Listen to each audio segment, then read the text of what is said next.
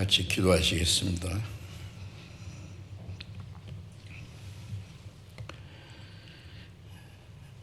거룩하시고 자비로우신 우리 아버지 하나님,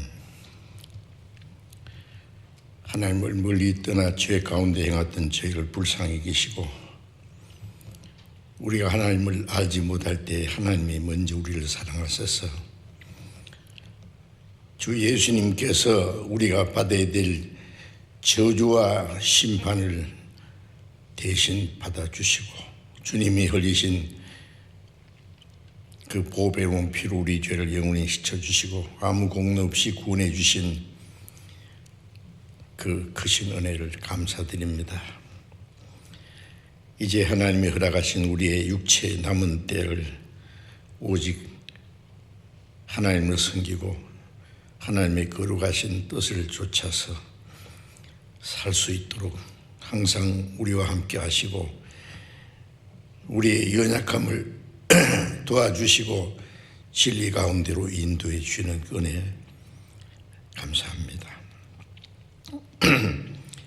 이 시간 함께 구속함을 받은 저희들 주님 앞에 모여서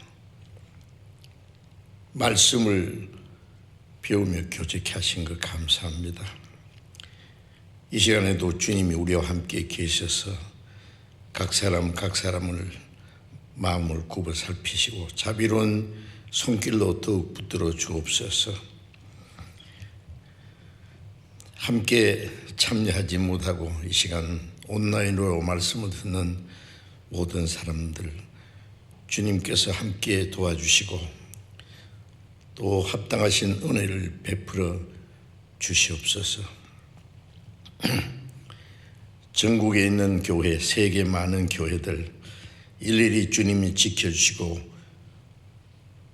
보호하시고 도와주심을 믿고 감사드립니다. 어려운 때에 한 사람도 실족함이 없도록 주님께서 붙들어 주시고 말씀으로 인도해 주시옵소서. 때를 따라 우리에게 필요한 말씀으로 교훈해 주시고 우리의 행할 길을 가르쳐 주시는 주님, 이 시간에도 우리에게 나타내시기 원하시는 주님의 말씀, 주님의 거룩하신 뜻을 깨닫게 해주시고 주님의 말씀을 행하며 하나님의 뜻과 영광을 위해서 남은 생에 살아갈 수 있도록 우리에게 지혜와 용기와 능력을 더욱 힘입혀 주시옵소서. 이 시간 모두 주 성령님이 인도해 주기를 의지하며 주 예수님 이름으로 기도드렸습니다. 아멘.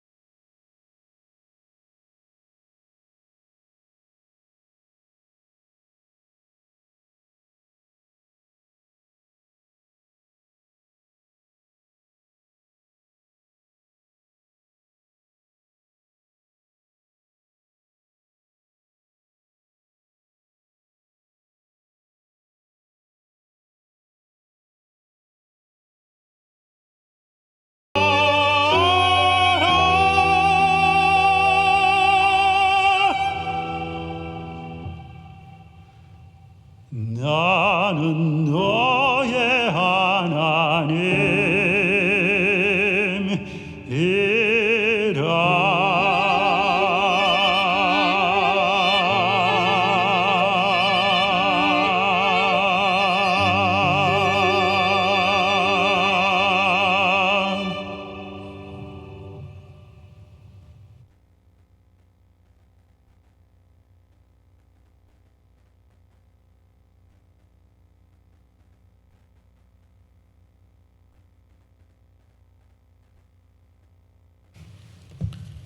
감사합니다. 성경 찾겠습니다. 마태복음 5장입니다.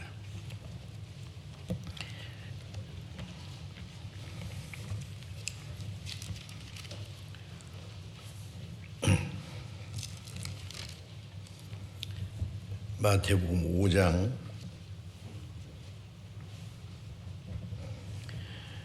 1절부터 10절까지 제가 읽겠습니다. 마태복음 5장 1절부터 10절까지. 예수께서 무리를 보시고 산에 올라가 앉으시니 제자들이 나온지라.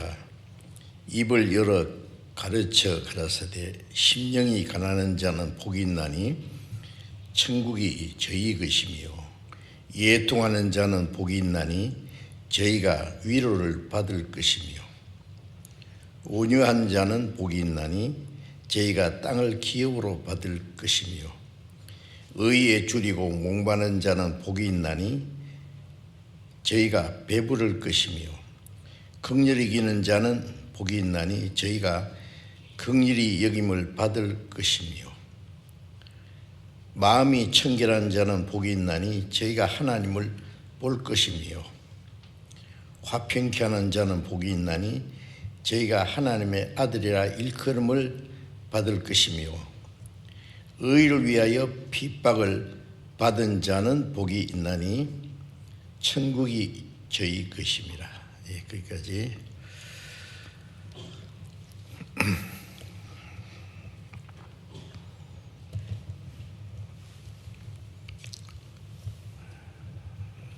코로나 감염병으로 많은 사람들이 자유롭게 함께 모여서 말씀 배우지 못하는 것이 너무나 안타깝지만은 이 어려운 가운데서도 각 곳에서 가정에서 말씀을 사모하시는 분들이 이 시간도 함께 말씀을 배우시고 있습니다.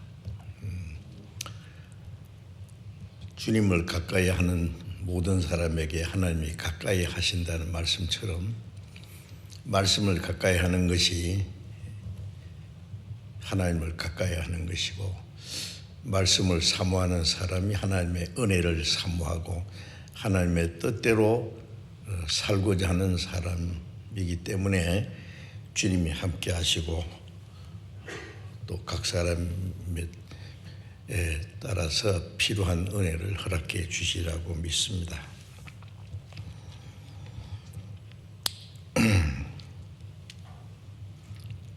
오늘은 지난번에 말씀드리던 걸 계속해서 마태복음 5장에 예수님이 말씀하신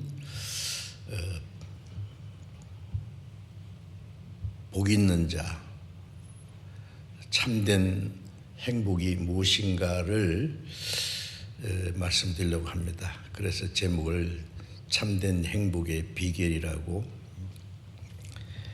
말씀하셨습니다. 여기 예수님이 무리를 보시고 산에 올라가 앉으시니 제자들이 나온지라.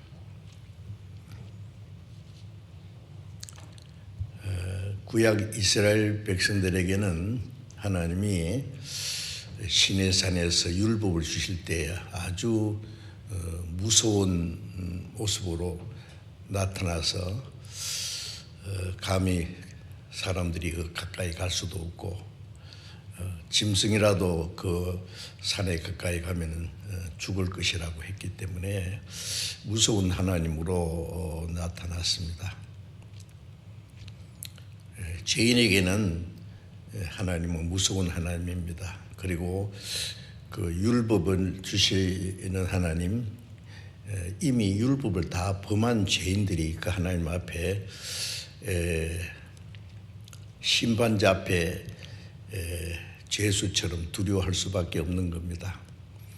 그러나 이 마태복음 5장에는 그와는 전혀 다른 모습으로 하나님이 직접 사람의 모습으로 나타나셔서 아주 인자하고 부드러운 모습으로 가까이 사람들과 가까이 하셨고, 지금 예수님이 산에 올라가 앉으시니 무리가 나온지라 그랬죠.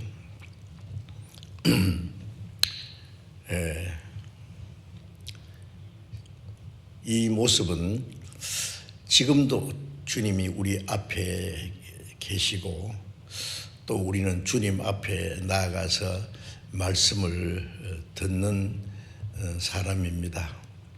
주님이 이 시간에 우리에게 주시는 말씀이 확실합니다. 그래서 입을 열어 가르쳐 가라사대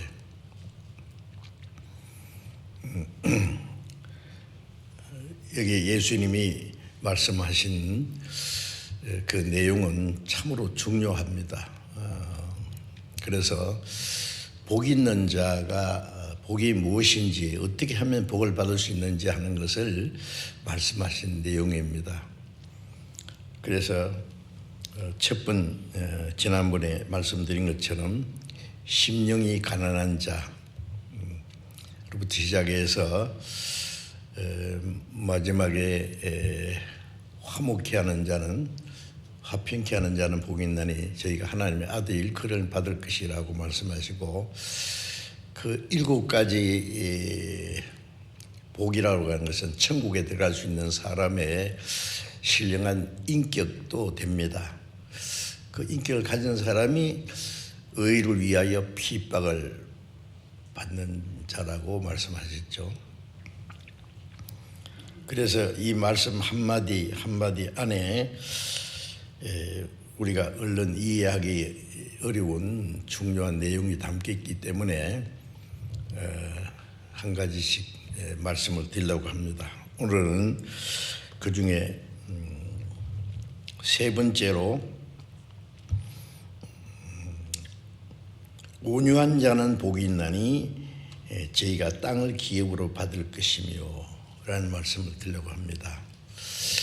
앞에 있는 심령이 가난한 자라든지 또 예통하는 자라든지, 이것은 사람이 구원받기 위해서 우리가 가져야 될, 사람이 가져야 될 그 마음을 가리키는 것이죠.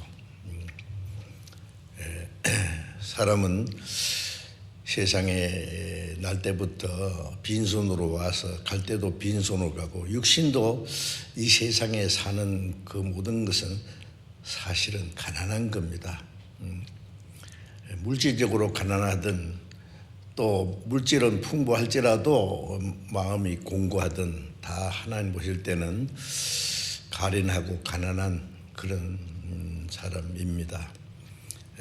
그리고 육신보다도 더 영적으로는 하나님 보실 때 참 비참한 벌거숭이 죄인이죠. 하나님 앞에 심판과 멸망을 받을 수밖에 없는 그 비참한 그 모습을 발견하는 것이 얼마나 자기가 가난한지, 정말 세상에 가장 가난하고 불쌍한 거지처럼 그런 사람에게 천국이 저희 것임이란 말은 하나님의 나라에 데려가실 것을 말씀하는 겁니다. 부자가 천국 가기는 약대가 바늘기로 들어가는 것보다 어렵다는 말씀처럼 세상 것으로 부유한 사람, 동시에 어떤 사람은 영적으로 부유한 사람이 있어요. 라오디게아 교회는 주님 모실 때는 가난하고 벌거벗고 눈물고 가련한데 그 모습을 알지 못하고 스스로 나는 부자라 부여하여 부족한 것이 없다고 하는 그건 영적 교만이죠. 구원받지도 않고 스스로 하나님과 아주 관계가 이루어진 것처럼 이제는 신령한 자처럼 그렇게 자칭하는 그게 영적 부유함입니다. 그 사람도 구원받기 어렵습니다. 하나님 앞에 가난한 자가 되어야 되는 것은 구원받을 수 있는 첫 번 마음 상태입니다. 그 다음에 예통하는 자라는 것은 자기 죄로 인해서 슬퍼하고 예통하는 겁니다. 하나님은 예통하는 자, 마음이 상한 자를 멸시하지 않는다고 말씀하신 대로 누가복음 18장에 세리가 가슴을 치면서 나를 불쌍히 여기시옵소서 나는 죄인으로소이다.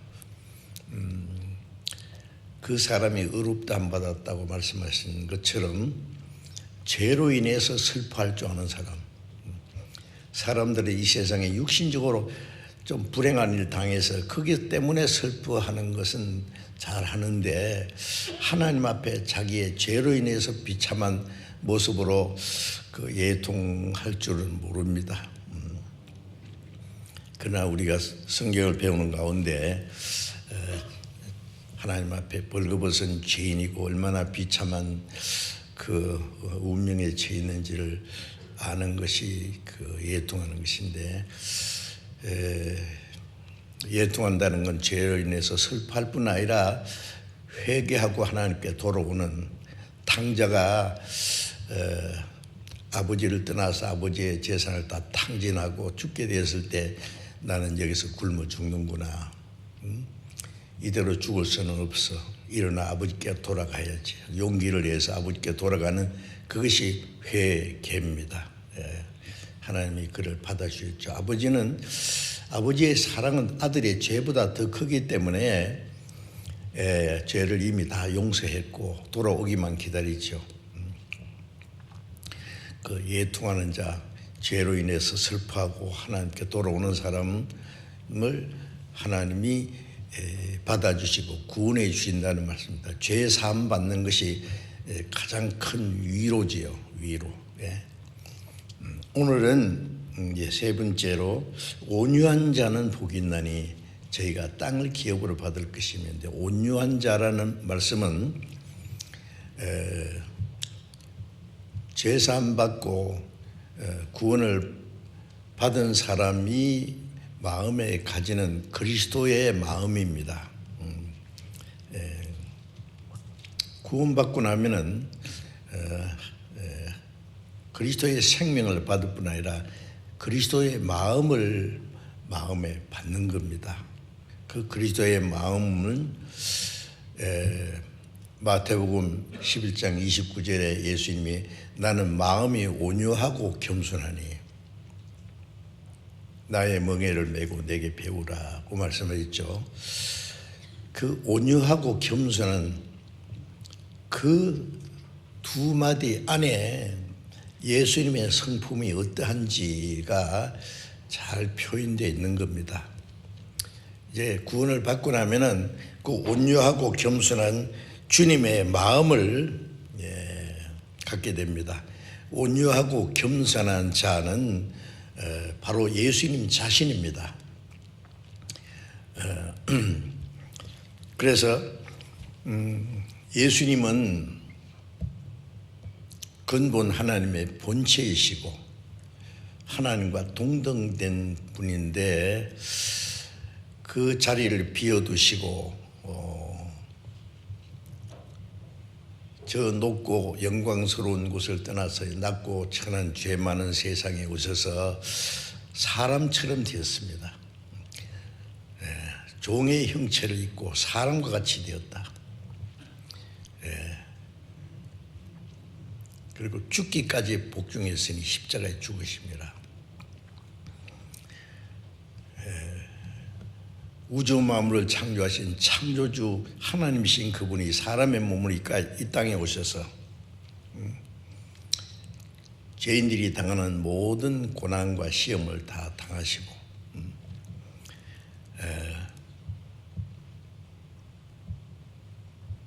이스라엘 사람들에게 미움을 받고 버림을 받고 그 만왕의 왕이신 주님이 마지막 예루살렘에 입성하실 때 나귀 새끼를 타고 들어가신 거 알죠? 요한계시록 19장에 보면은 예수님이 지상에 재림하실 때는 정말 만왕의 왕의 모습으로 오십니다. 백마를 타고 그 다리에 이름 쓴 것이 있으니 이는 만왕의 왕이요 만주의 주라 칭하더라. 그 수많은 사람들이 백마를 타고 그 뒤를 따르더라. 아주 영광스러운 모습으로 만왕의 왕으로 나타나실 때는 백마를 타고 당당하게 오십니다. 그러나 예수님이 이스라엘 사람들에게 가장 그 인기가 많을 때에 예루살렘에 왕이신 그분이 예루살렘에 입성하실 때 아무도 타보지 않은 나귀 새끼, 그 어른이 나귀 새끼를 타고 그 가는 모습이 참 좀 우스꽝스러웠을 거예요. 그러나 성경에는 그가 겸손하여 짐승의 새끼, 나귀 새끼를 탔다 그랬어요. 죄 없으신 예수님이 사형 판결을 받고 로마 군인들이 그 얼굴에 침을 뱉고 손바닥으로 얼굴을 때리고 막대기로 머리를 내리치고 온갖 욕설을 퍼붓고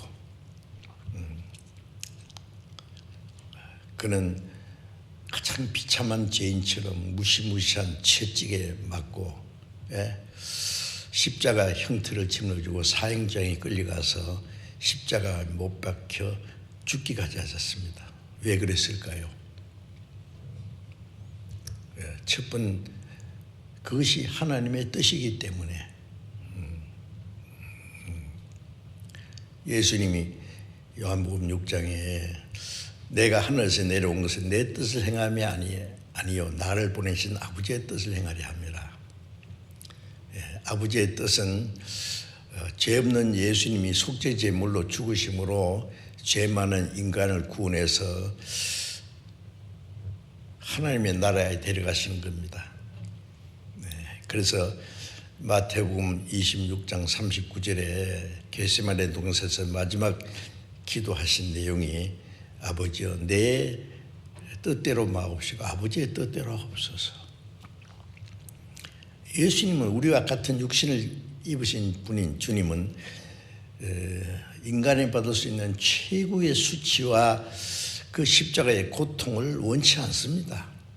그래서 예수님도 할만하시거든 이 잔을 내게서 지나가게 하옵소서.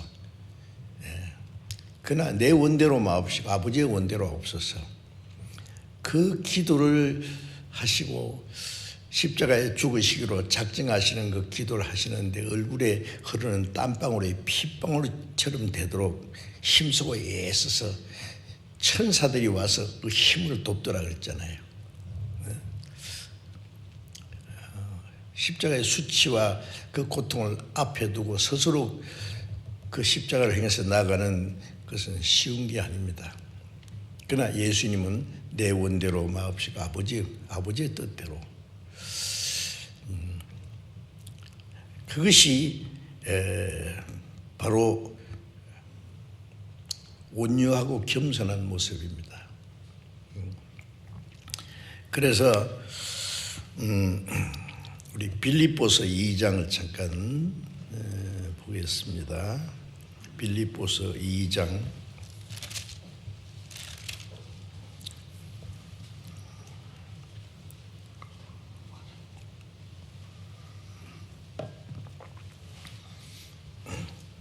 2장 5절부터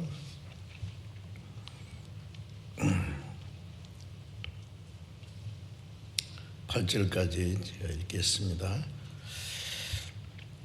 빌립보서 2장 5절부터 너희 안에 이 마음을 품으라 곧 그리스도 예수의 마음이니 그는 근본 하나님의 본체시나 하나님과 동등됨을 취할 것을 여기지 아니하시고 오히려 자기를 비워 종의 형체를 가져 사람들과 같이 되었고 사람의 모양으로 나타나셨으며 자기를 낮추시고 죽기까지 복종하였으니 곧 십자가에 죽으심이라.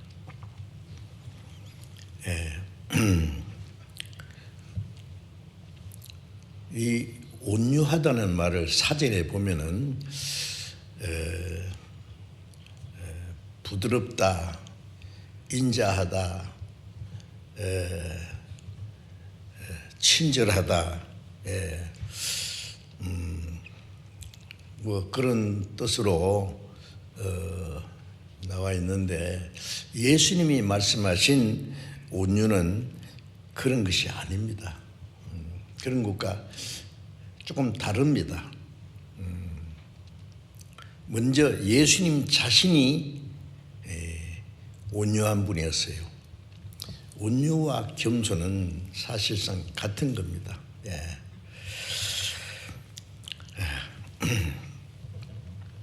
이제 구원받은 사람은 이제 이 말씀대로 너희 안에 이 마음을 품으라 곧 그리스도의 마음이니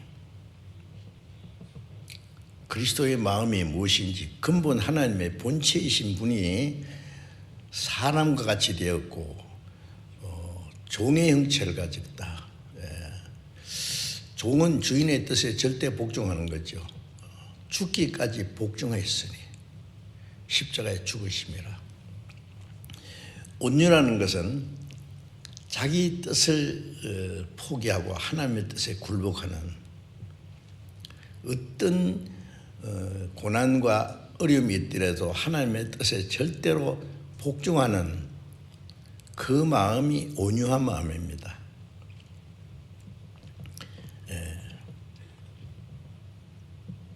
이사야 53장 7절에 그는 도수장으로 끌려가는 양처럼 털 깎는 자 앞에 있는 양처럼 잠잠하여 입을 열지 아니하였도다.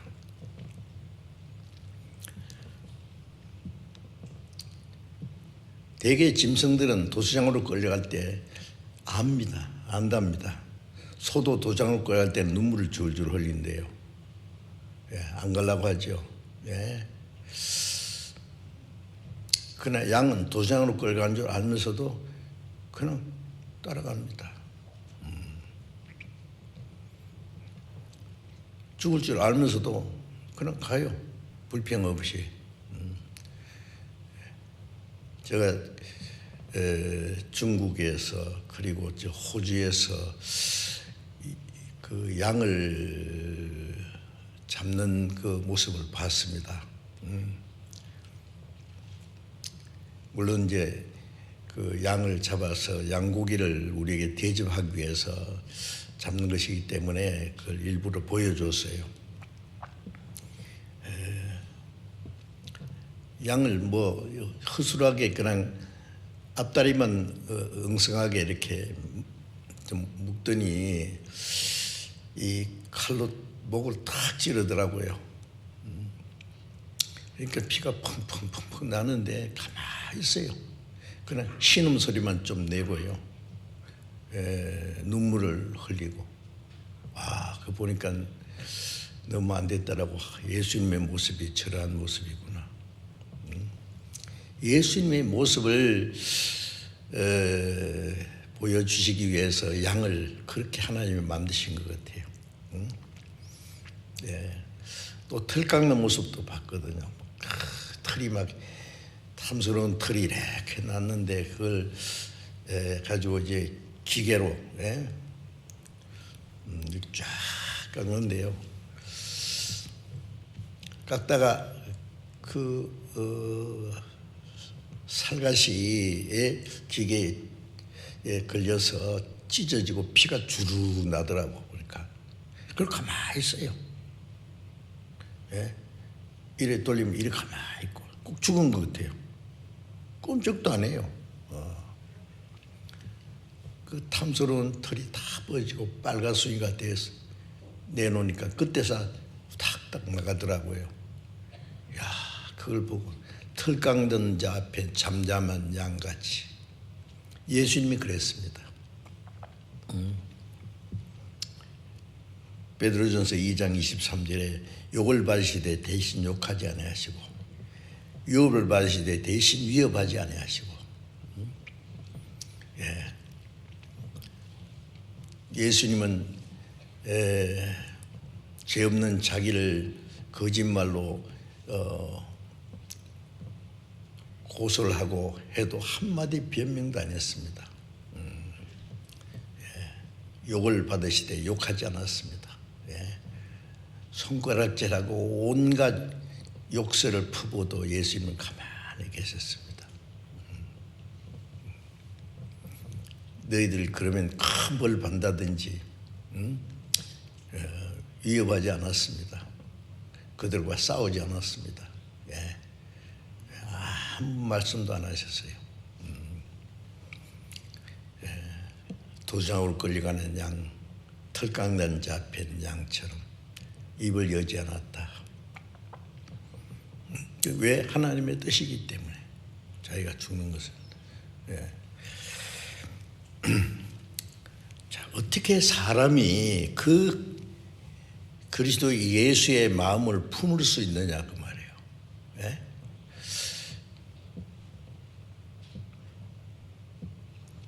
사람의 어떤 노력으로도 그리스도의 마음을 품을 수 있는 사람은 하나도 없습니다.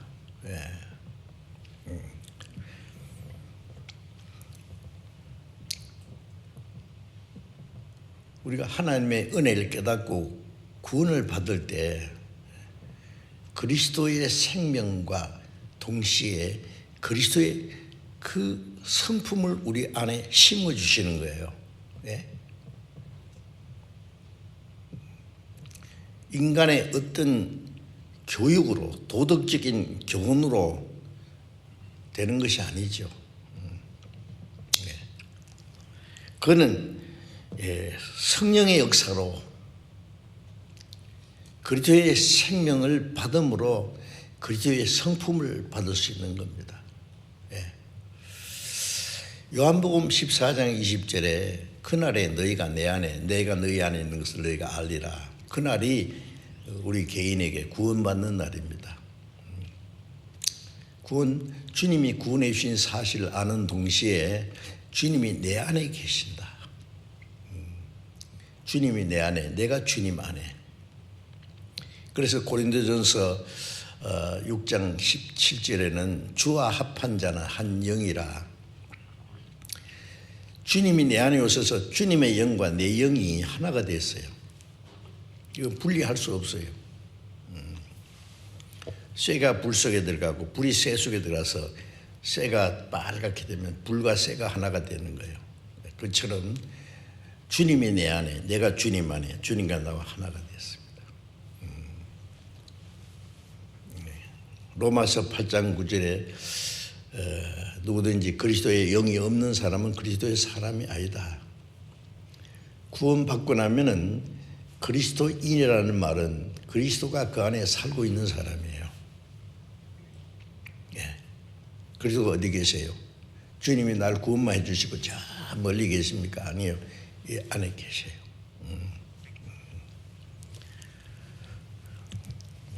갈라디아 2장 20절에 이제 내가 산 것이 아니라 내 안에 그리스도께서 사신 것이다. 나는 주님과 함께 십자가에 죽었고 이제 내 안에 계신 분은 주님이시다. 내가 육체를 입고 사는 것은 육체 안에 계신 그리스도를 믿는 믿음 안에 사는 거다. 주님께 맡긴 생활이다. 나는 육신은 껍데기고 내 안에 생명이 되시고 주인이 되신 분은 주님이시다. 그리스도다. 예. 그것을 우리가 믿는 겁니다.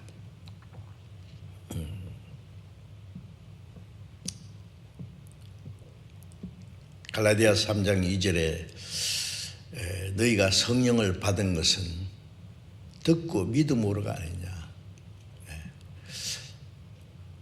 복음을 듣고 하나님의 은혜를 깨닫고 구원받을 때 동시에 그 구원을 받게 하나님의 은혜를 깨닫게 해주신 분이 성령이시고 그 성령이 우리 안에 계셔요. 계신 줄 몰라도 구원받은 사람이 계십니다. 계신 줄 알아야 돼요. 그래서 고린도후서 13장 5절에 보면은 너희 안에 그리스도께서 계신 줄 스스로 알지 못하느냐. 그리스도 안에 그리스도께서 계신 줄 알아야 돼요. 또 고린도전서 6장 19절에는 너희 몸은 성령이 계시는 전 줄 알지 못하느냐. 성령이 계시니까 내 몸이 성전이다가 말이에요. 성령기. 내 안에 계신 그리스도, 그분이 성령이시고 성령은 그리스도의 영입니다. 그 성령께서는 그리스도의 영을 내 안에 주실 뿐 아니라 내 안에 성령으로 계실 뿐 아니라 그 그리스도의 성품을 우리 안에 심어주세요. 점점 심어주십니다. 예수님 제자들도 원래는 온유하지 못했어요. 베드로는 얼마나 성질 급하고 과격한 사람입니다. 겟세마네 동산에서 예수님이 잡혀가실 때 베드로는 칼을 빼서 제사장의 그 하숙 말고라는 사람이 귀를 베어버렸어요.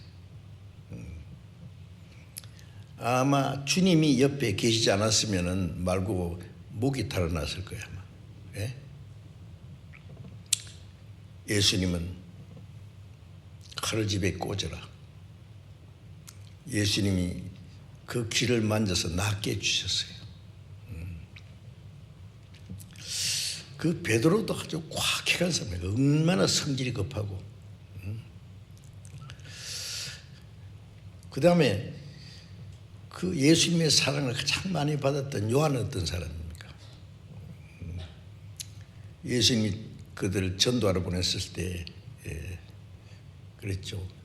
어떤 사람이 주님의 이름으로 귀신을 쫓아내는 것을 봤는데 우리를 따르지 않으므로 그를 죽이려고 했는데요.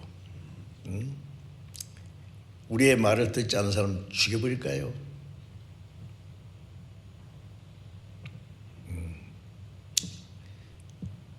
그 사람도 성질 급한 사람이에요. 그래서 예수님이 그 사람에게 우레의 아들이라는 별명을 지었죠. 우레가 천둥번개치고 그럴 때 얼마나 무서워요. 그런 성격이었어요. 그런데 그 사람이 어떻게 됐어요? 바울 사도는 어떻습니까? 예수 믿는 사람들 잡아 죽이기로 아주 작정한 사람이에요. 이 사람 아주 야망이 있고 성질이 급한 사람이었습니다.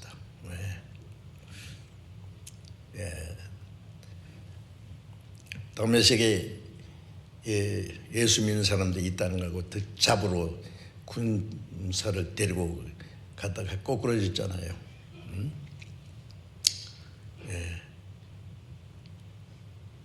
그 사울을 구원해서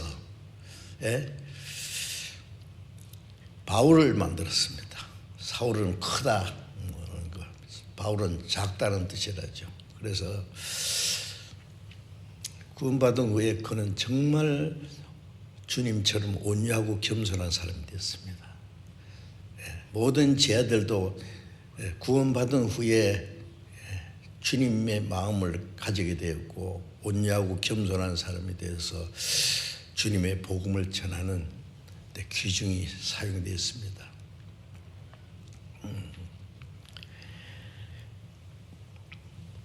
모세를 보면은요, 모세는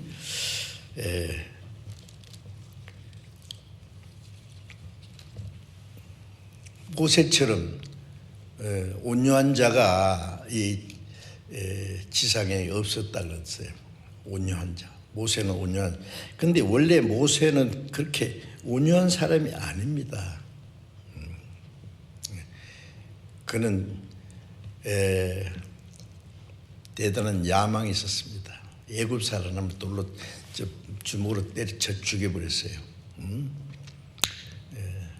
하나님께서 자기를 통해서 이스라엘을 구원하라고 생각. 그러니까 아주 자신만만하고 야망이 대단했던 사람이요. 하나님은 그를 애굽에서 쫓겨나게 했고 미디안 광야에서 40년 동안 지난 가운데 자기 힘으로는 아무것도 할 수 없다는 걸 깨닫게 되었고 하나님은 그 모세를 쓰시기 위해서 아주 온유한 사람으로 만들으셨습니다. 그러니까 처음부터 온유한 사람은 없다 그 말이에요. 구원받을 때, 거듭날 때 그리스도의 생명과 성령과 동시에 온유한 마음이 그 마음에 이루어집니다. 갈라디아 5장 22절 23절에 보면은 그 온유한 것은 성령의 열매라고 했죠. 성령의 열매. 성령의 열매는 사랑과 희락과 화평 오래 참과 자비와 왕성과 충성과 온유와 절제니. 그러니까 그 성령의 열매는 거듭나지 않은 사람에게는 없는 거예요. 거듭나지 않은 사람은 온유한 사람이 될 수가 없어요. 진정으로 온유한 사람. 우리가 육신으로 태어날 때는 아담 안에서 죄의 성품을 받아가 태어났어요. 그 죄의 성품을 유전받아서 예레미야 17장 9절에 말씀하신 대로 만물보다 거짓되고 심히 부패한 것은 마음이라. 이 세상에 하나님이 창조하신 만물 중에 제일 거짓되고 제일 부패한 썩었다고 말해요. 이게 마음이다. 누구 마음입니까? 아담 안에서 태어난 모든 사람들은 아담 안에서 그 죄의 성품도 유전받았어요. 그래서 미움, 시기, 질투, 온갖 탐욕,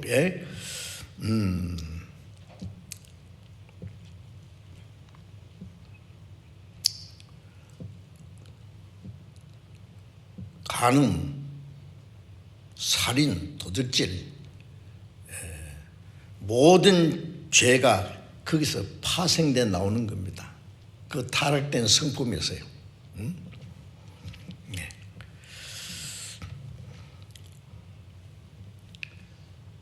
거듭나지 않으면 그 본성적인 성품을 가진 사람이 어떻게 그리스도처럼 온유한 사람이 되겠어요? 그 죄인들은 될 수 없는 거예요.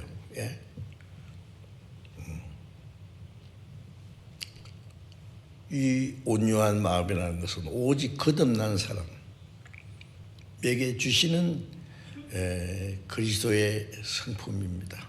그리스도의 성품. 베드로후서 1장 4절에 보면은 신의 성품에 참여한 자가 되었다. 세상에 썩어질 것을 피해서, 전에는 썩어질 것을 피해서 자기 수단봉부 가리지 않고 살았는데 이제는 그걸 피해서 신의 성품, 하나님의 성품에 참여한 자가 되었다. 놀라운 일 아닙니까? 하나님의 생명만 주십니까? 하나님의 성령도 주시고 하나님의 그 성품도 우리 안에 주십니다.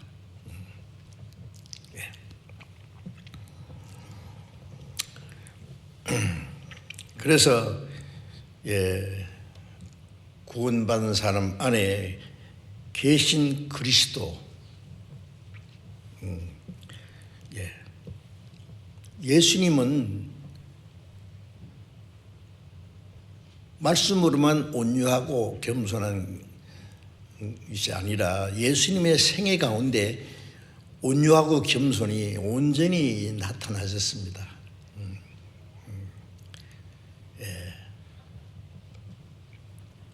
어떤 죄인도 예수님은 무시하지 않았어요. 아니, 자기가 스스로 어렵다는 사람들보다도 죄인인 줄 아는 사람들, 세리와 창녀들, 온갖 죄가 있는 사람들을 아무 거리낌 없이 찾아다니시고 그들에게 가까이 말씀하시고 그들과 음식을 잡수시고 그들을 불쌍히 여기시고 그들을 구원하시는 일을 하셨잖아요. 그게 예수님의 온유하심이지 않았습니까?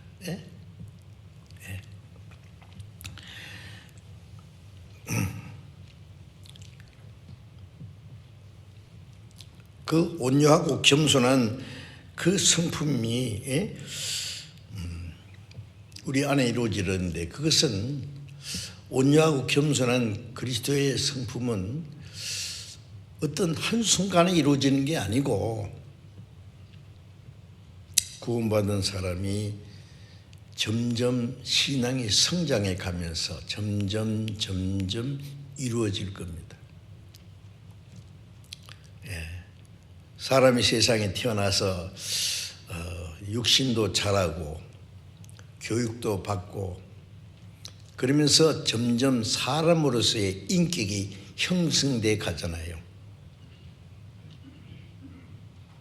그래서 교육의 목적은 인간다운 인간이 되게 하는 걸 하잖아요. 철없이 버릇없이 하는 애들을 보고 부모님이 그러죠. 너희 언제 인간 될래? 인간인데 왜 인간 될래 그래요? 사람으로 태어났지만은 사람 구실을 못하고 짐승처럼 사는 사람도 많아요. 그래서 점점 그 사람으로서의 인격이 이루어져 가는 것처럼 그리스도인이 이제 그리스도의 생명을 받자마자 그리스도의 그 성품이 오셨는데 신앙이 점점 성장하면서 그리스도의 성품도 점점 온전히 되는 겁니다. 그리스도께 미치도록 자라간다고 했잖아요. 그래서 요한일서 2장 6절에 보면은 주 안에 거한다는 자는 그의 행하시는 대로 자기도 행할지니라. 그리스도의 생명을 받았으면 그리스도의 성품이 점점 이루어지면은 말하는 거, 행동하는 것이 점점 그리스도처럼 닮아갑니다. 닮아가야 됩니다. 그 안에 거한다 하는 자는 그의 행하시는 대로 자기도 행할지니라. 점점 그리스도의 성품이 이루어지면은 그 사람의 그 모든 생활도 그리스도를 점점 이제 닮아가는 거예요. 그리고 이제 구원받은 그리스도인들은 그 마음과 모든 생활을 그리스도께서 주장하시도록 맡겨야 됩니다. 내가 주인이 아니고 이제 주님이 내 안에 주인이거든요. 베드로전서 3장 15절에 그리스도를 너희 마음의 주로 삼아 거룩하게 하고 그리스도가 내 마음의 주인이 되는 거예요. 그럼 점점 거룩해집니다. 그리스도를 주로 삼아 거룩하게 하고, 예? 내 마음을 주장하시도록 해야 돼요. 구원을 받은 사람도 자기 마음을 그리스도에게서 주장하시도록 맡기지 아니하면은 그 그리스도의 성품이 이루어질 수가 없을 거예요. 골로새 3장 15절에 보면은 그리스도의 평강이 너희 마음을 주장하시도록 하라. 그리스도의 마음이 뭐예요? 그리스도의 마음을 가지면 마음이 평강합니다. 너희 안에 이 마음을 품으라. 그리스도의 예수의 마음이니. 나는 마음이 온유하고 겸손하니 나의 멍에를 메고 내게 배우라. 그리하면 너희 마음의 힘을 얻으리라. 온유하고 겸손한 그리스도의 마음을 가지면은 마음에 참 안식이 옵니다. 쉽니다. 마음이 거치는 사람, 싸나운 사람, 자기 욕망이 강한 사람, 그 사람 마음속에 평안이 없어요. 항상 미움과 시기와 질투와 불평이 있는데 그게 무슨 평안이 있겠어요? 시한폭탄처럼 건드리기만 하면 막 터집니다. 조그마한 일도 막 화를 내고 다투고 싸우려고 덤비고, 사나운 맹수처럼 말이에요. 그게 무슨 평안이 있겠어요? 그리스도의 마음이 나의 마음을 주장하고, 그리스도의 온유하고 겸손한 성품이 내 안에 이루어질 때 그 안에 진정한 쉼이 있습니다. 그러면 내 마음이 힘을 얻으리라고 하셨죠. 온유한 마음은 자기가 싫든 좋든 하나님의 뜻에 절대로 복종하는 마음입니다. 아버지여 내 원대로 마옵시고 아버지의 원대로 하옵소서. 우리가 성경을 배우는 가운데 이것이 하나님의 뜻이라는 것을 확신하게 되면은 무조건 순종해야 돼요. 따지지 말고 불평하지 말고 핑계하지 말고 하나님의 뜻에 절대로 복종하는 그 마음이 온유한 겁니다.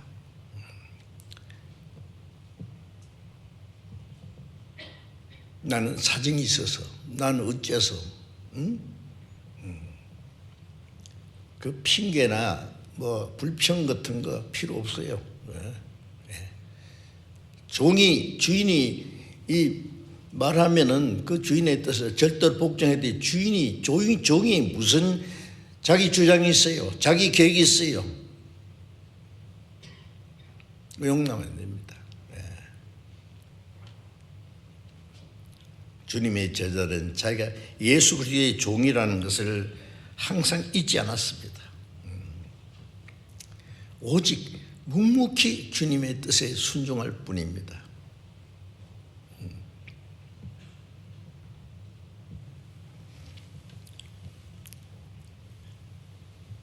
고린도전서 13장 4절 5절에 보면은 사랑은 오래 참고 사랑은 온유하며 투기하지 아니하며 자랑하지 아니하며 교만하지 아니하며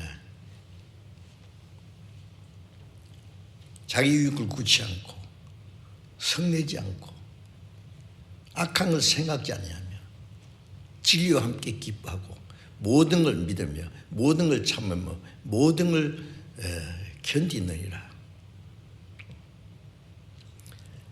그것이 그리스도의 성품입니다. 그게 온유와 겸손입니다. 사랑은 오래 참습니다. 어떤 일이 있어도 묵묵히 참다는 것은 말없이,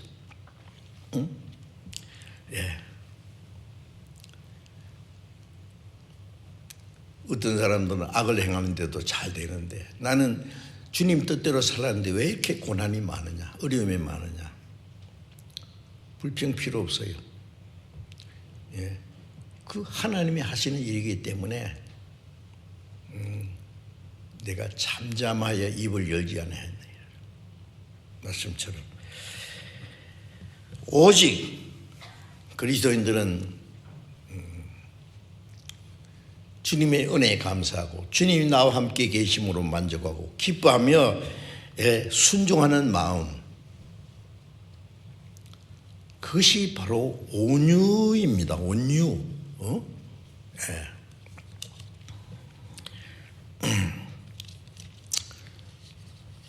온유한 자가 되어서 주님이 주시는 유업으로 주시는 땅을 기업으로 받기 위해서는 물론 첫째는 거듭나야 되죠. 거듭나지 않으면 하나님 나라를 볼 수 없느니라. 물과 성령으로 거듭나지 않으면 하나님 나라에 들어갈 수 없느니라. 이게 절대적인 조건이죠.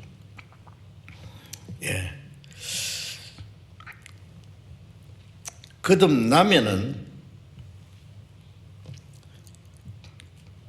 그리스도의 생명과 그리스도의 성품이 이루어지는 것은 필연적인 겁니다.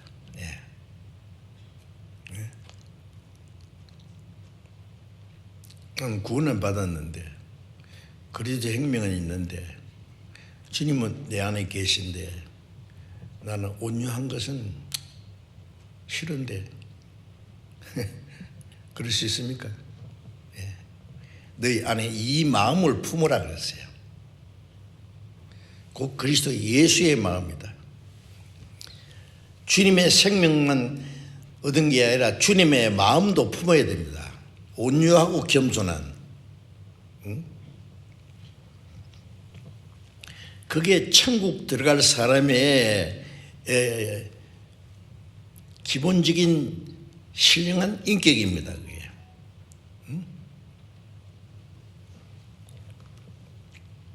이 세상은요 온유하지 못하죠. 이 세상은요 싸나워요. 아주 교만하고 거칠고 무서워요. 그렇지 않습니까?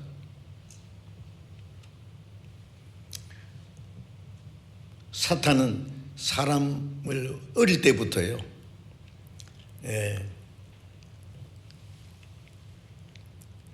타락된 마음을 가지고 태어났을 뿐 아니라 그 타락된 마음을 계속 부추겨 가지고요 철저히 악하게 만듭니다. 어릴 때부터 만화책도 막 싸우는 거, 막 죽이는 거, 조금 크면 인터넷에 막 재밌는 것은 전부 싸우는 거예요. 죽이고 피 흘리고, 잔인합니다.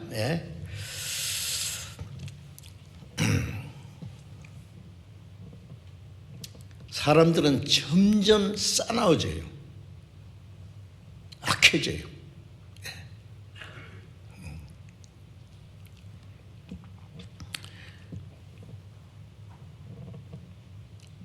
배신하고 죽이고 배반하고 판다 그랬잖아요. 부모도 배반하고 친구도 배반하고 아차하면 죽이기까지 합니다. 아주 조그마한 문제를 가지고도요 화를 내고 막 죽일 듯이 말이에요. 얼마나 싸납습니까? 그 거칠고 싸나운 것은 온유하고 정반대지 않습니까? 그게 무슨 양이에요? 그게 사자지. 맹수들 보세요.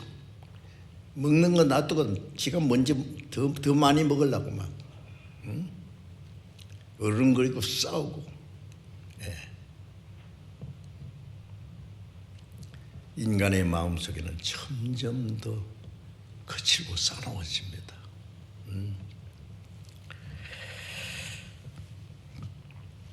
용서하기를 원치 않아요.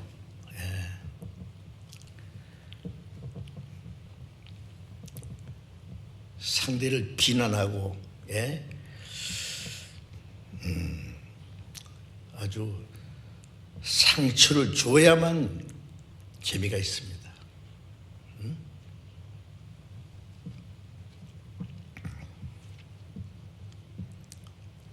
에베소서 4장 3절에 보면은 모든 겸손과 온유로 하고 오래 참음으로 사랑 가운데서 서로 용납하고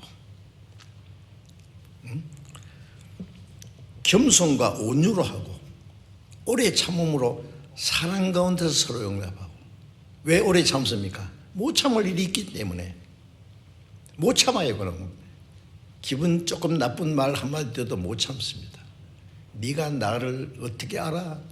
응? 네 같은 것이 해볼 테면 해봐. 막 이런 식으로 막 건드리기만 하면 막 싸우려고 덤빕니다. 한번 생각해 보세요. 겸손과 온유하고 오래 참음으로 사랑 가운데 서로 용납하고. 주님이 이 사람같이 성질 급하고 싸나오면 한 사람도 구원 못 받을 거예요. 다 지옥으로 쳐넣을 거예요. 하루가 천년같이 죄인을 향해서 얼마나 오래 참으시고. 우리가 아무리 죄가 많든 어쨌든 하나님은 그거 따지고 구원해 주십니까? 무조건 받아주십니다.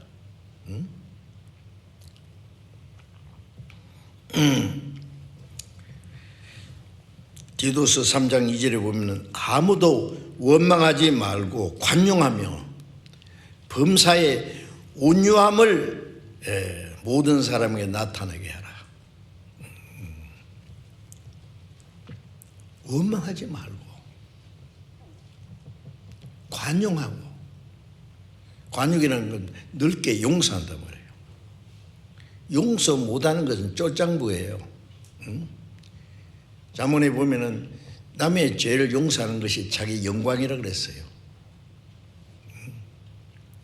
절대 용서 못해.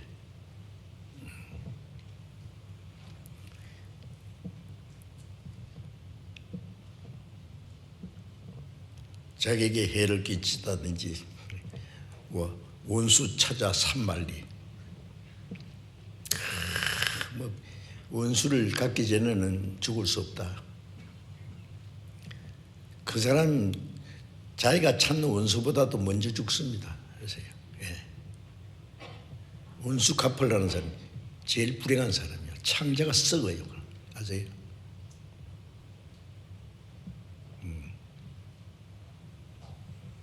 용서한다는 것은 그 하나님의 마음입니다.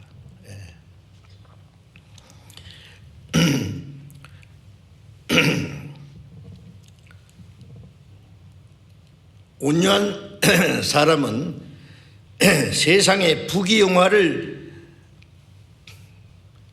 부러워하지도 않고 자기를 처지를 불편하거나 불평하거나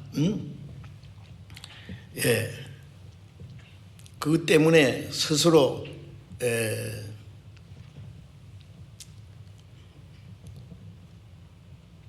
슬퍼하지 않습니다. 실망하지 않습니다. 오직 하나님의 은혜로 우리의 생활도 내가 순종하는 만큼 하나님이 공급해 주시는 은혜 안에서 살아가고 하나님이 나와 함께 계심으로 기뻐하고 감사하는 마음. 세상 사람들이 생각하는 것하고는 다르지 않습니까?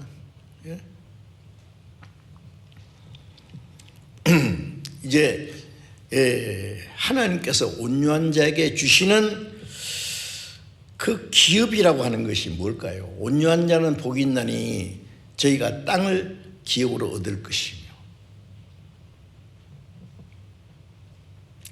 온유한 자에게 주시는 그 하나님의 기업은 영원한 기업입니다.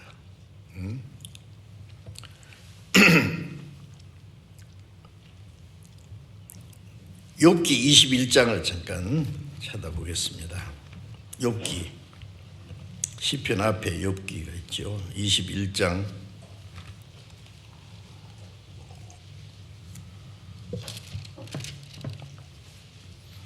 7절 보겠습니다. 7절부터 13절까지를 천천히 읽겠습니다. 어찌하여 악인이 잘 살고 그 말이에요. 수를 누리고 세력이 강하냐. 시가 그들 앞에서 그들과 함께 굳게 서고 자손이 그들의 목전에서 그러하구나. 그 집이 평안하여 두려움이 없고 하나님의 매가 그 위에 임하지 아니하며 그 수소는 영락없이 새끼를 베게 하고 그 암소는 새끼를 낙태하지 않는구나. 아이들은 레오보엠이 양떼 같고 그 자녀들은 춤추는구나. 그들이 소구와 수금으로 노래하며 피리 불어 즐기며 그날을 형통하게 지나다가 경각간의 음부에 내려가느니라. 자, 이 말씀을 보면은 세상에서는요 악인이 더 잘 돼요. 악인이 잘 살고 또 오래 살고 세력이 강하냐. 오, 대단하죠. 악인들이 권세를 거의 다 잡고 있어요. 그리고 그 씨들이 그 자손들이 그 앞에서 굳게 서고 그 집이 평안하고 두려움이 없고 하나님의 매가 그 위에 임하지 않고 수는 영락없이 새끼를 베고 암소는 낙태하지 않고 뭐 모든 게 잘만 돼요. 그이들의 아이들을 내보내면 양떼 같고 그 자녀들은 춤추는구나. 멋있죠. 예. 그 자녀들도 막 양떼같이 많고 막 그 앞에 춤을 추고 그들이 소고와 수금으로 노래하며 피리 불에 즐기며 아주 즐깁니다. 네. 그날 형통하게 보내다가 경각간의 음부로 내려요. 결국은 뭐예요? 형통하게 지나다가 지옥으로 그냥 그대로 들어가는 거예요. 여러분 잔치집 돼지 잘 먹입니다. 왜? 잔칫날 잡으려고. 예. 이 세상에 악인들이 자기 마음대로 살도록 하나님은 내버려 두십니다. 왜? 그것이 그들의 전부이기 때문에.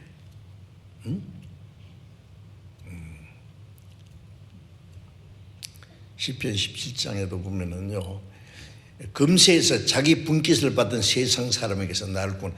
금세에서 자기 받을 거 다 받은 거예요.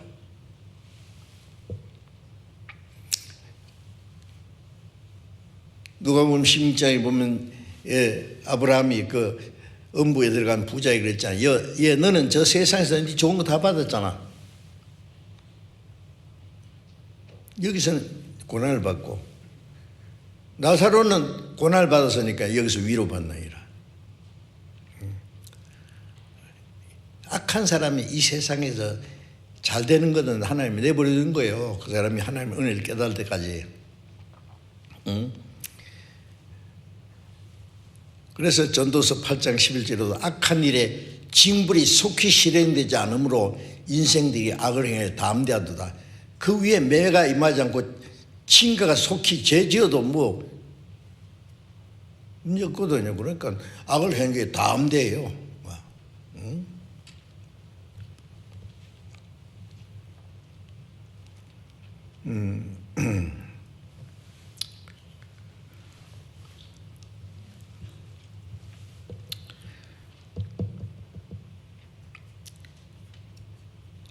(14절에) 보면은 그럴지라도 그들은 하나님께 말하기를 우리를 떠나소서 우리가 주의 도를 알기로 절기하지 아니하나이다.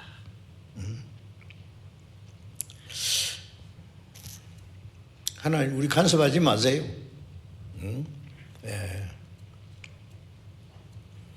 우리는 주님 말씀대로 사는 거 귀찮습니다. 자, 이제 이 세상을 유업으로 받는 사람들은요, 하나님을 떠나서 지 마음대로 지옥으로 갈 사람들이에요. 세상의 부귀, 영화, 권세, 명예를 얻은 사람은 자세히 보세요. 대다수가 하나님과 상관없는 사람들이에요.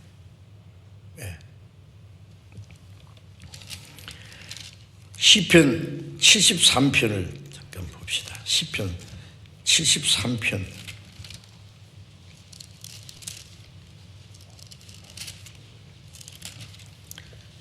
(73편)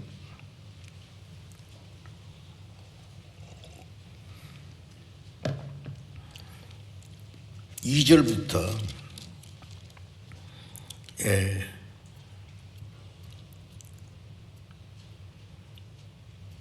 9절까지 제가 천천히 읽겠습니다.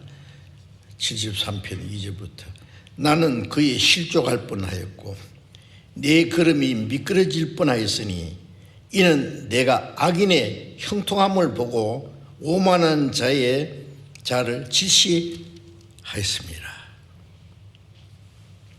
저희는 죽을 때에도 고통이 없고 그 힘이 건강하며 타인과 같은 고난이 없고 타인과 같은 재앙도 없나니 그러므로 교만이 저희 목걸이요 강포가 저희 입에 오시며 살찜으로 저희 눈이 솟아나며 저희 소득은 마음의 소음보다 진하며 저희는 능욕하며 악하게 압지하며 말하며 교만하게 말하며 저희 입은 하늘에 두고 저희 혀는 땅에 두루 다니도다. 그러므로 그 백성이 이리로 돌아와서 잔에 가득한 물을 다 마시며 말하기를 하나님이 어찌 알랴 지극히 높은 자에게 지식이 있으랴 하도다. 볼지어다 이들은 악인이라 항상 평안하고 재물은 더하도다. 내 마음을 정케하며 내 손을 씻어 무지하다 한 것이 실로 헛되도다. 이 시편 기자는요, 하나님을 경외하고 하나님의 말씀을 순종하는 사람인데 실족할 뻔했다가 해요. 미끄러질 뻔했다. 왜? 아니 이 세상에 돌아가는 거 보니까 이건 정반대 현상이다 그 말이에요. 악인이 형통함을 보고 오만한 자를 질시하십니다. 저희는 죽을 때도 고통이 없고 힘이 건강하고 타인과 같은 어떤 고난도 없고 재앙도 없고 그래서 교만하고 그들의 소득은 마음의 소음보다 진하고 뭐 그렇게 뭐 잘 되는지 몰라. 구원받은 사람은 뭐 만사의 형통이라도 어떨 때는 만사 불통인데 이거 왜 이래요 이거? 하나님도 모르고 지 마음대로 죄짓고 악하게 사는 사람들은 저렇게 잘 되고 점점 부자가 되고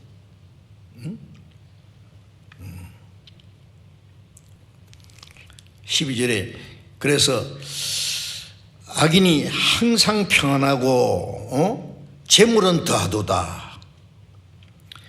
내가 마음을 깨끗하게 해서 하나님 말씀대로 살라고 하는 것이 이게 뭐냐? 헛되다. 나는 14절에 나는 종일 재앙을 당하며 아침마다 징책을 보았도다. 이거 뭐야? 그래서 실족할 뻔했다. 자, 이 문제를 우리 심각하게 생각해야 됩니다. 이 말씀대로 이 세상엔 악인이 아주 형통한 세상이요. 악인이 다스리는 세상이요. 주관하는 세상이요.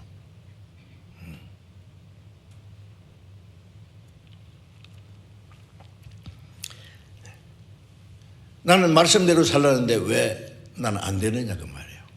왜 이렇게 고난이 있느냐. 그래서 그것 때문에 실족할 뻔했다. 참 우리도 같은 마음이잖아요. 응?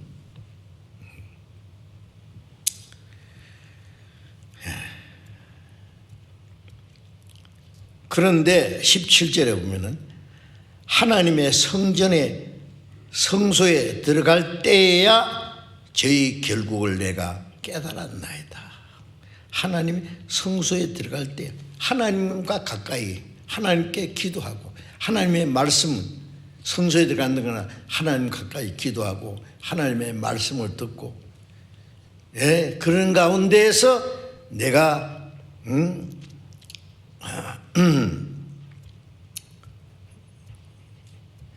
이제 내가 깨달았다. 이제 비로소 내가 저희 결국을 알았도다. 저희들은 마음대로 사는 것은 영원한 지옥으로 떨어질 테니까 그때까지 한번 살아봐 그거예요. 그리스도인들은 왜 고난이 있는데 고난이 있느냐? 우리를 단련시키기 위해서 고난 중에 하나님의 말씀 순종하는지 안 하는지 우리를 시험하기 위해서 이스라엘 백성을 애굽에서 건져내서 가나안 땅까지 인도하는 광야의 40년 동안에 얼마나 고난이 많고 시험이 있고 그랬잖아요. 왜? 그런 가운데 단련을 받고 하나님의 땅을 하나님이 주는 땅을 유업으로 받게 하기 위해서 그런 거예요. 자, 하나님이 우리에게 주시려고 하는 그 기업은 세상 사람들이 얻기 원하는 그 기업이 아닙니다. 땅을 기업으로 받는 그 땅은 이 저주받은 땅이 아니에요.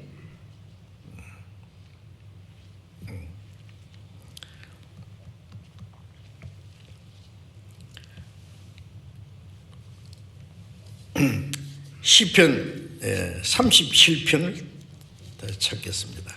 시편 37편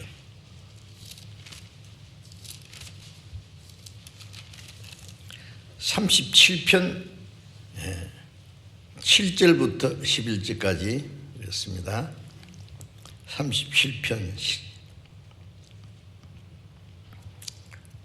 7절부터 여호와 앞에 잠잠하고 참아 기다리라. 자기 길이 형통하며 악한 꾀를 이루는 자를 인하여 불평하여 말지어다. 분을 거치고 노를 보리라. 불평하여 말라. 행하게 칠칠 뿐이라. 대저 행악하는 자는 끊어질 것이나 여호와를 기대하는 자는 땅을 차지하리로다. 잠시 후에 악인이 없어지리니 네가 그것을 자세히 살필 자라도 없으리로다. 오직 온유한 자는 땅을 차지하며 풍부한 화평으로 즐기려다. 자, 여기 참 표현을 잘 말씀했죠. 너는 하나님 앞에 잠잠하고 참아 기다리라. 잠잠하고. 하나님이 그렇게 하시는 일이기 때문에 잠잠해야죠. 불평할 필요 없어요. 하나님이 우리에게 주려는 것은 이 세상이 아니에요. 불평하여 말라. 분을 거치고 노를 보리라. 불평하여 말라. 행하게 지을 보이라. 그 불평하다가는요, 지도 실족합니다. 나도 뭐 수단 방법을 그러지 않고 하면 살아보지 뭐. 그런 유혹을 받을 수 있어요.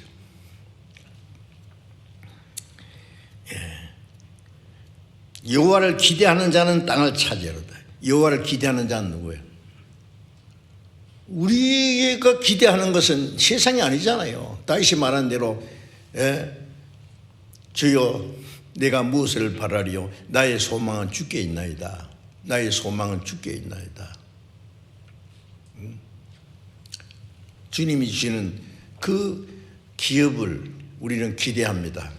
영원한 기업이, 영광스러운 거룩한 기업입니다.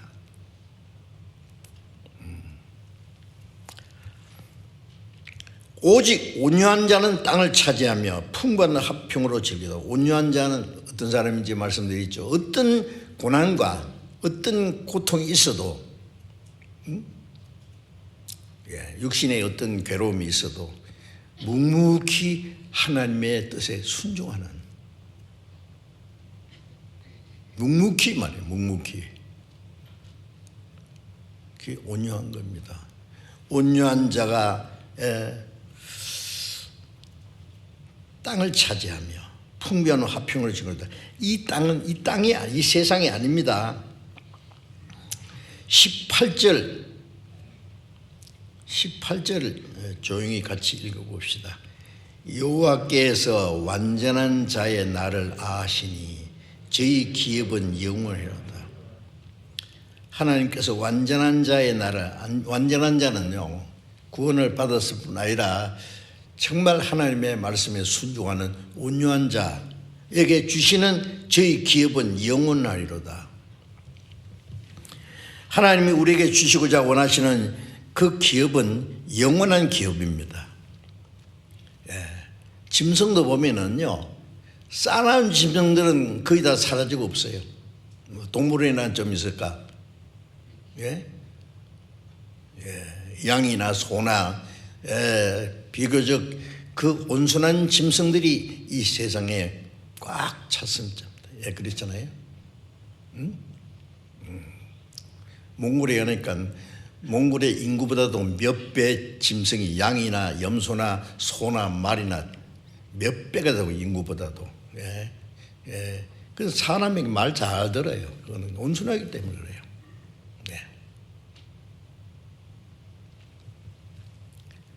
이 세상에 싸납고 거칠고 탐욕이 가득한 자들을 언젠가 땅에서 끊어집니다. 우리는 이 세상에 어떤 욕망, 어떤 것을 기대하지 않습니다. 세상의 것을. 우리의 기업은 이 땅에 있는 게 아니에요. 시편 10장 34절에 보면은 너희가 갇힌 자를 동정하고 너희 산업을 빼앗기는 것도 기쁘게 당한 것은 더 낫고 영구한 사람이 있음이라. 그리스도인들이 갇힌 자를 동력하고 갇힌 자를 위로하고 세상에는 핍박을 받고 너희 산업을, 너희가 가지고 있는 것도 빼앗기기도 한다. 옛날에는요, 이 박해 시대에는 죽일 뿐 아니라 가지고 있는 재산 다 뺏어버려요. 너희 산업을 빼앗기는 것도 기쁘게 당한 것은 더 낫고 영구한 산업이 있음이라.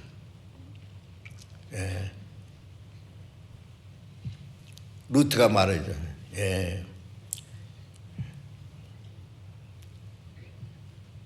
가족과 재물과 명예와 권세를 원수가 취한들 상관이 무엇냐. 가지 틀면 가야 한다. 가족과 재물과 명예와 생명을 원수가 취한들 상관없다고 해요. 내 주께 있으리로다. 주님 안에 다 있습니다. 그런 믿음을 가질 때 이 세상에서는요, 온유한 자가 될 수 있을 거예요. 그래서 하나님이 주려는 기업은 이 세상 사람들이 수단 방법을 가지 않고 얻으려고 하는 것과는 전혀 다른 기업입니다. 온유한 자에게 주시는 기업. 그것은 눈물도 질병도 죽음도 없는 천년 왕국과 새 하늘과 새 땅. 요한계시록 20장 6절에 보면은 주님이 지상에 재림하실 때 이 세상을 정복하고 에덴 동산보다 아름답게 재창조를 해서 구원받은 성도와 함께 거기에 들어갑니다. 천년 동안 그리스도로 더불어 왕노하리다. 영광을 누린단 말이에요. 그리고 요한계시록 21장 1절부터 4절까지 보면 새 하늘과 새 땅, 하나님이 같이 계시고,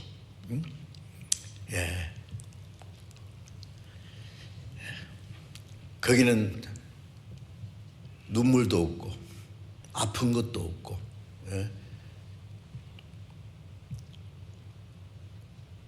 간사한 사기꾼도 잔인한 독재자도 질병도 죽음도 없는 주님처럼 영원하고 영광스러운 이상의 세계. 하나님이 우리에게 주려는 것은 그거예요. 그게 나라에 주시려고 우리를 구원해 주셨지. 이 땅에 세상 건 좀 잘 먹고 잘 살라고 구원해 주겠어요? 그걸 위해서 하나님의 독생자가 죽었겠어요? 아니죠. 우리는 우리에게 주시고자 하시는 그 영원한 기업을 우리가 기대해야 됩니다.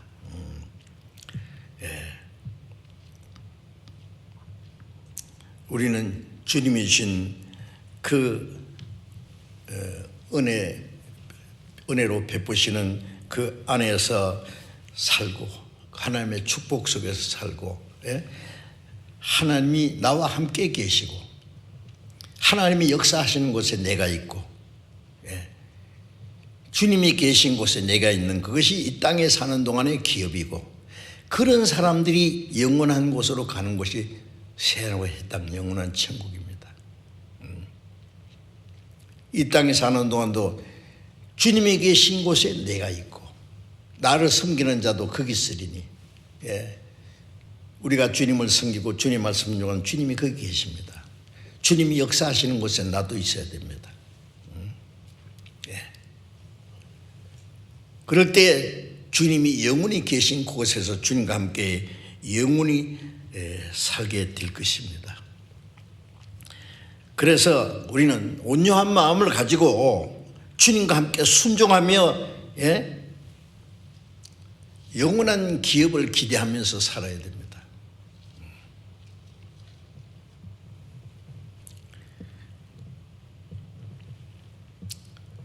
그래서 우리는